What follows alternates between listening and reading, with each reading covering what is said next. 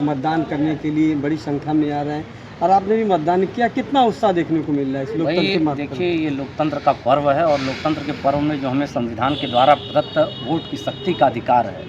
तो निश्चित तौर पे वो वोट की शक्ति अपनी अंतरात्मा की आवाज़ सुन करके आम जनमानस दे रहा है। मगर जैसा कि आप जानते हैं कि ओबीसी पार्टी ने यह निर्णय लिया कि लगातार जितने भी, चाहे वो सत्ता पक्ष की पार्टी रही हो, चाहे वो विपक्ष की पार्टियां रही हों, जब वे सत्ता में रहती हैं तो हमारी जो लगातार मांग होती है जाति जनगणना की, आबादी के अनुसार भागीदारी की, उसको उस वक्त सत्ता में रहते हुए उनको याद नहीं आता, मगर जब सत्ता के बाहर आते हैं तो उनको सारी चीज़ें याद आने लगती है। तो इसलिए हम लोगों ने ओबीसी पार्टी के कार्यकर्ता पदाधिकारियों ने यह निर्णय लिया कि हम लोग नोटा को दबाएंगे, क्योंकि अभी ओबीसी पार्टी इस इलेक्शन में पार्टिसिपेट नहीं कर रही है और 2027 में हम लोग पार्टिसिपेट करेंगे उत्तर प्रदेश के विधानसभा चुनाव में। क्योंकि ओबीसी समाज के लोगों ने, जो देश के बहुमत का भाग है, उन लोगों ने इस पार्टी को बनाया, ओबीसी पार्टी को बनाया और खुद संसद में और विधानसभाओं में बैठ करके अपने अधिकार के लिए कानून बनाएंगे। तो नोटा दबा के क्या मैसेज दे रहे हैं? नोटा दबा के हम लोग को मैसेज देने का काम है कि ये जो जितनी पार्टियां हैं जब सत्ता में रहती हैं, चाहे वो बीजेपी हो, समाजवादी पार्टी हो